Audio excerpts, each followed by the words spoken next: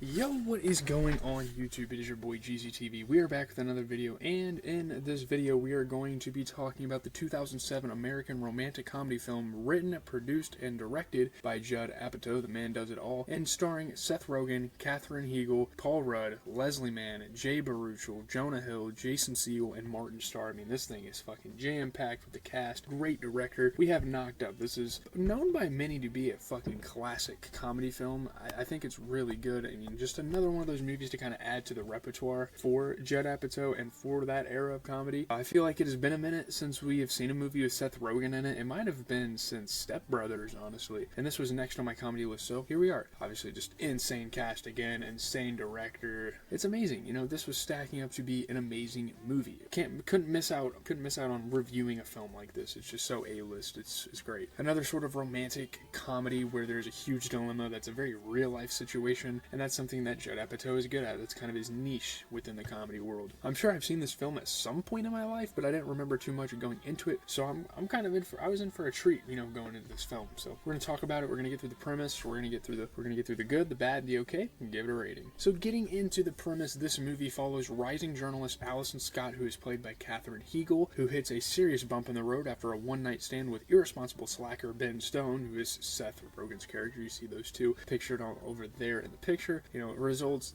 in a pregnancy. They have a one-night stand. He doesn't wear a condom. There's this whole kind of funny fucking... It's funny, man. It's a really comedic situation. She's like, put the condom on. Like, come on, just go already. And he's like, all right, fuck the condom. This is what she said. It's fucking hilarious. Rather than raise the baby on her own, she decides to give Ben a chance to prove he is father material and to possibly prove that he is right for her in a relationship. However, he is unsure if he is ready to be a parent, and both wonder if they would be compatible lifetime partners. You know, they obviously get themselves in a situation. They met each other during a one-night stand, so they're not sure if that's going to permanently work. It's probably not going to. This isn't the only relationship in the movie that goes through struggles, obviously. You get the relationship between Allison's sister Debbie and Pete. That gets a little shaky, so a lot of relationship problems that this movie explores. You know, Pete keeps making excuses to get some alone time away from the family, even though Debbie doesn't even get that herself. So the boys take a trip out to Vegas in hopes of being able to come back, and when their partner's back, they kind of take a trip on the town. They kind of take a break, a boys trip, and kind of get some space. Will they achieve in doing this, or have these relationships hit a dead end? You will have to watch the movie to find out.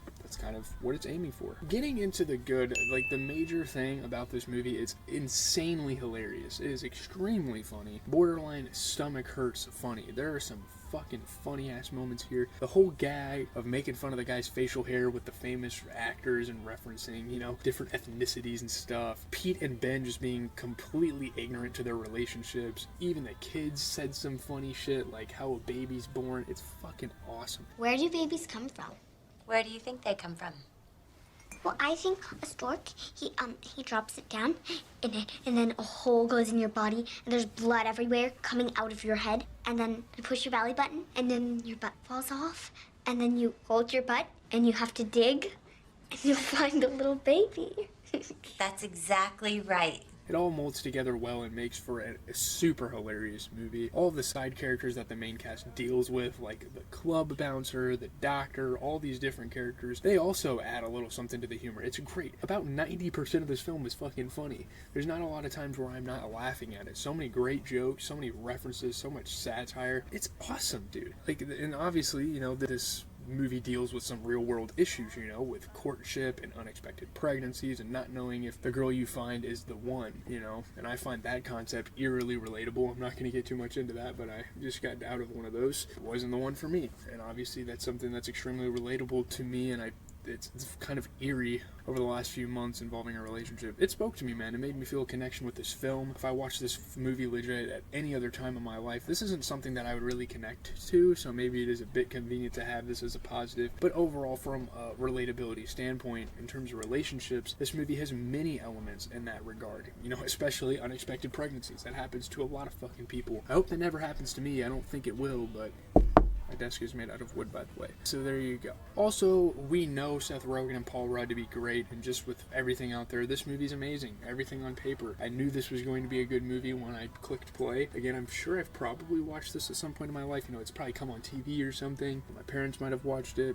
I don't know. I think the pacing of the movie as well is appropriate, and it does a great job of managing its 2-hour runtime. That's quite difficult for comedy films to do. You don't normally see comedy films take a 2-hour runtime and make it work as well as a movie like this does. You almost expect this movie to blend in with other movies of its time as well. That's another positive, especially being directed by Mr. Apatow. And it does such a good job of being its own thing. Being a pretty distinct concept, obviously it's a bit generic. Most people, I'm sure most, or a decent amount of movies have explored a concept like this, but still, it's great. You know, some of the stuff that adds to it and some of the stuff that leads to what happens, it's great. The humor kind of goes towards the script, which was absolutely amazing. Very well written movie. I think this was a very, very well written movie. It's got an appropriate amount of raunch and uses comedy to full effect to sort of exploit that raunchiness. Some people say that this movie was only around for the short term as well, but just kind of talking about the longevity. Me personally, I think it still holds up and it's still an amazing film to this day. Really enjoyed this movie. Extremely funny, man. This video is probably not going to be that long, but getting into the bad, the only thing that I didn't like about this film is how unlikely the pairing of the two main characters is. You know, I'm going to say this a couple times, maybe that's the comedy of the film, maybe that's the point is, hey, what the fuck is this loser doing with this journalist? Like, are you kidding me? You have this banging hot chick that works for E! Network, E! News, whatever, like, holy shit, and somehow she gets with this loser of a guy who has nothing going for him. He even shows this shamelessly, and he's, like, proud of some of the shit he's fucking done. You know, he shows that stupid-ass website, gives her the name, like, tells her what it's about. Like,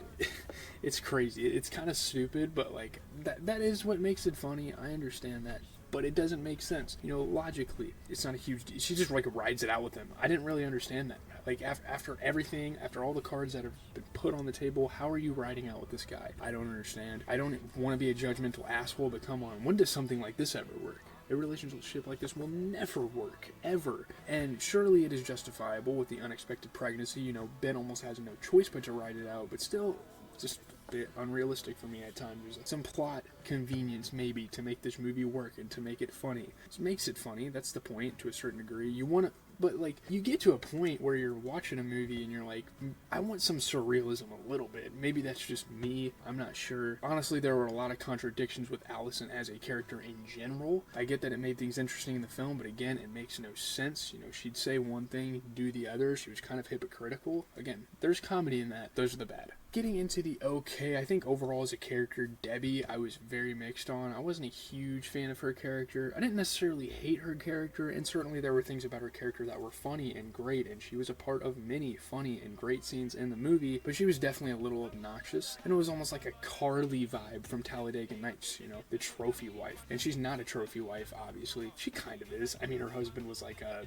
music movie guy. I don't know what. And that too. I mean, Pete's character was not fleshed out properly at all. We barely even knew about that guy. Not a character I'm super fond of. Again, similar to Carly from Talladega Nights. I think overall, this movie gets a little obnoxious at times. It's not something that bothers me too much, but, you know, especially Debbie adds to that quite a bit. Mainly just that character. There are select scenes involving others where it's like, okay, we're doing a little too much here. Oh, get out! Oh, no!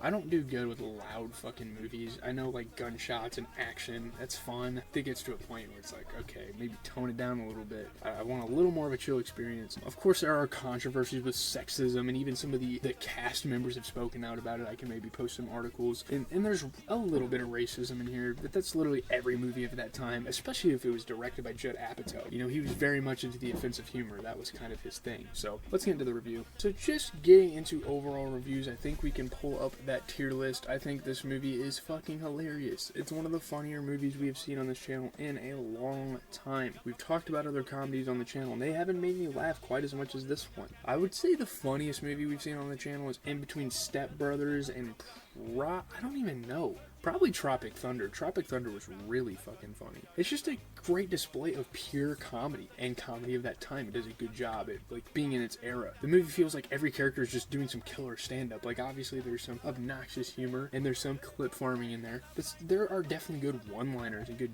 jokes in here. You know, the concept seems simple enough too, but there's a decent amount of storylines woven into here that just makes it so much more than an unexpected pregnancy story. I think they do a really good job of carrying this movie forward and adding other elements elements that kind of pop up throughout the film that make it more interesting. There's goofy comedy, there's serious situations, turned comedic, very aware comedy. The whole thing's just a win for me. This is exactly what a comedy film is supposed to be. And with that being said, I'm going to give it an 8.2 out of 10. For comedies, for the most part, it's kind of high to give them like 9s and 10s out of 10 because most of the time they don't take themselves too seriously, and that's something I definitely factor into my rating. But 8.2 out of 10 is a really good score for a comedy film. I think Planes, Trains, and Automobiles is still the highest scored comedy on my channel. If you want to go back and look through my videos, you can. But anyway, leave a like, comment, subscribe. That is going to do it for the video. Hopefully you guys enjoyed GZTV. As always, we do movie reviews around here. I'm going to try to edit this in a few hours, and I'm probably start watching Dune with Timothée Chalamet and Zendaya. That is a movie I've wanted to check out for a little bit, and possibly get a review out on the channel tomorrow for that. We might do another Penguin episode review, and then we're going to go back to doing NFL recaps, all that type of stuff. Gonna be fun. I'm out, guys.